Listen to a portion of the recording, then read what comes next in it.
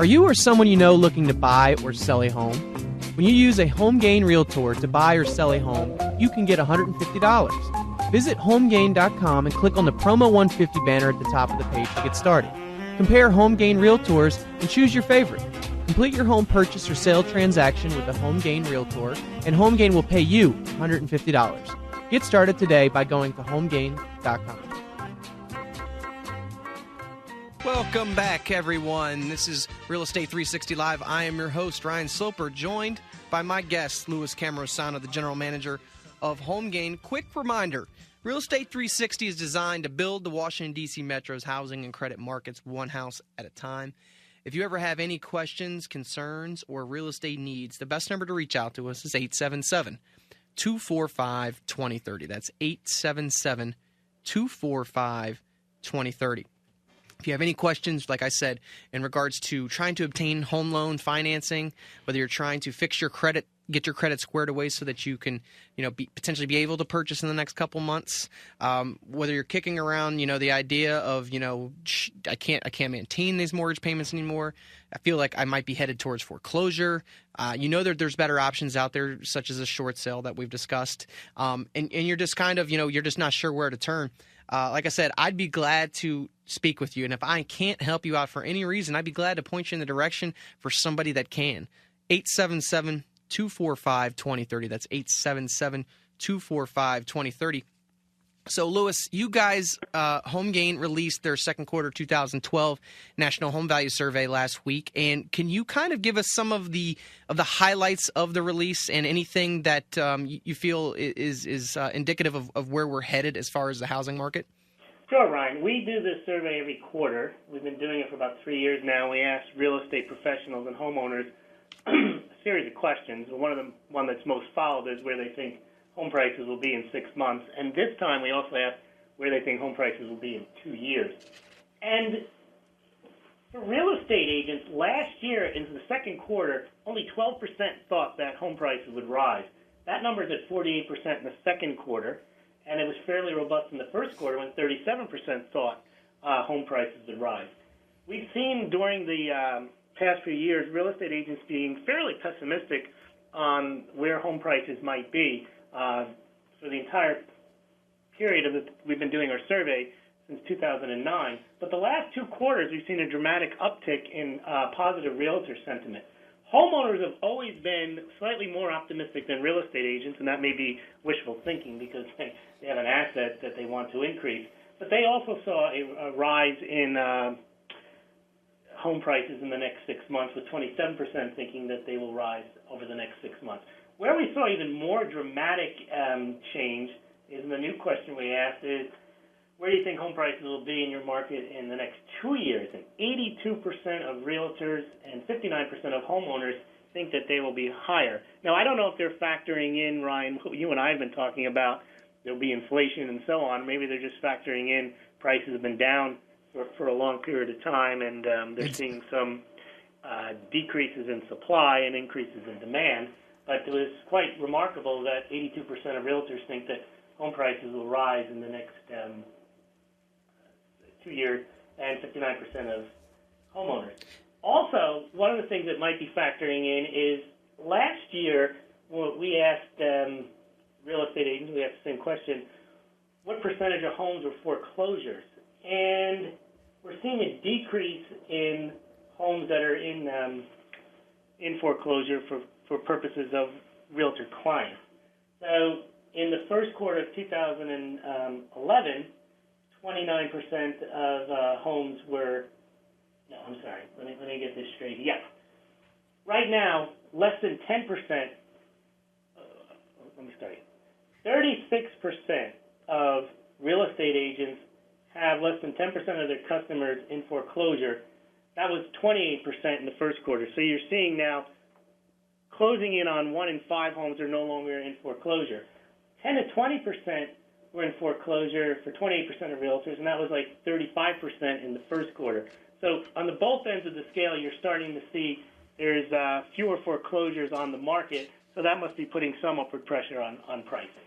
Sure. And do you think that obviously it was, that's a lot, what do you say, like 82% think that prices are going to go up within the next 2 years.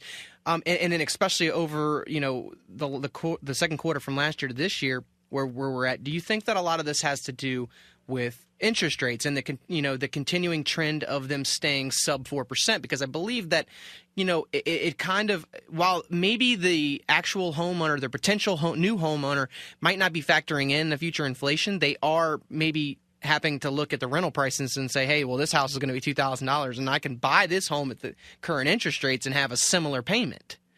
Do you feel that's really maybe something that's, making this trend move that way? Right, it has to be a confluence of issues, because reading through the comments, there was no one dominant comment where people saying prices will go up because of this, prices will go up because of inflation, prices will go up because of fewer foreclosures, prices will go up because tighter inventory, prices will go up because interest rates are low, prices will go up because the economy is improving. If I had to say one general comment of the hundreds we got is the concept of bottoming out. Now, that could just be what they view that, just like we used to think home prices always went up. I guess they figure home prices don't always go down, and at some point they have to bottom out, and they've been bottoming out now and bouncing along the bottom for 3 or 4 years now, and maybe that's the reason, or maybe they're seeing something in their markets. Yeah.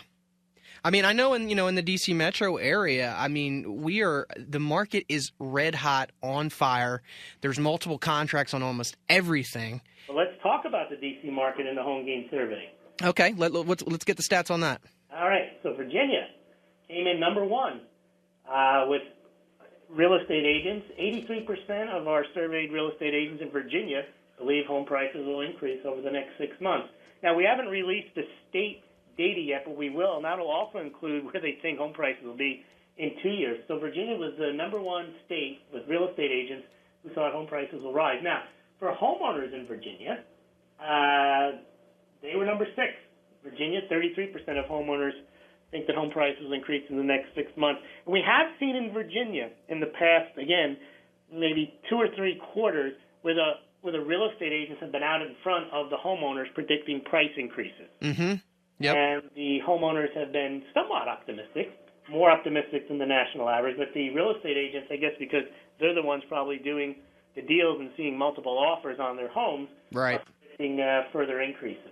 Right, and naturally they would think that that's the trend is going to continue for home values to go up with multiple offer situations, especially. Right, now Virginia is unique because most of the places where home prices are predicted to go up, I'd say Virginia, other than Texas, Virginia and Texas and Massachusetts are 3 areas where home prices didn't go down that much. But the other areas where realtors think home prices will go up were the ones that have been hit really hard, like Arizona, Florida, California, and so on. So Virginia is probably the most unique because it has really had a very good real estate market the last 2 years, especially post the housing bubble collapse in 2005, 2006. Yeah, and I think I can attribute some of that, too, to a very, obviously a very strong employment sector here.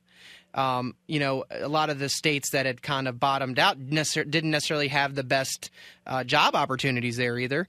And I'm finding more and more from people flocking from all over the country just to come to the Northern Virginia, Maryland, D.C. area just in hopes of finding a job and thus having to find a place of housing. Well, sure. To Obama's point, a lot of jobs have been lost at the state level in the public sector, and I don't believe there's been the same level of job loss at the federal level. And most of the workers, the government workers in Virginia and Maryland, are federal workers.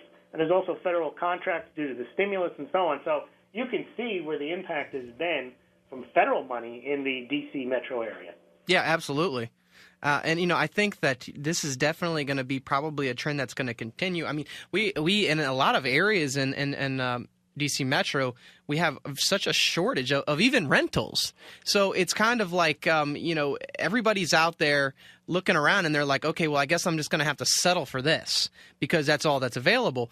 And which is, we've seen very substantial increases in price of homes. And I mean, as you were discussing earlier, Lewis, about, this inflation eventually hitting into home prices. I mean, you can only have interest rates stay at the levels that they're at where, we actually have more of a surplus of actual ready and willing and able buyers that are out there ready to take advantage of these prices, actual prices and interest rates. Right, and the other thing we've been talking about is you can only continue to kick the can down the road and borrow more money and spend beyond your needs for your means for so long. However, you and I spoke earlier on where we thought maybe if a Republican came into power and a Republican Congress that the spending would slow down, but it looks like Romney's going to be the nominee, and he's already said that he's not looking to cut spending, at least initially, because he thinks that would have a devastating impact on the economy.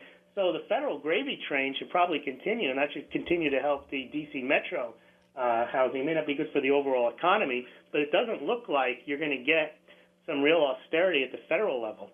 No, I definitely can't see that happening, Louis. I mean, I think me and you are on the same wavelength as far as they're not going to be cutting spending anytime soon. And as far as, they're going to raise the budget ceiling. They're not going to create a new budget. Yeah, I mean, what was the number? Something like the total debt load right now is somewhere around, wasn't it like $15 trillion or something like that? I think it's $16 trillion, and that doesn't include the other liabilities, what are they called? The Social Security, the Medicare. Yep. They're called something liabilities, not the unfunded liabilities or the. Well, I think that they call it like intragovernmental debt or something like that. Which the federal owe it to themselves. Yeah, the government owes that money itself, so they don't count it into the actual number, which is kind of crazy. I could play that trick. Right. But, just you're saying numbers like that, and at this point, like, I guess it doesn't even matter. It doesn't even matter what the number is until it actually starts to really, hit the average Joe's pocketbook day in and day out.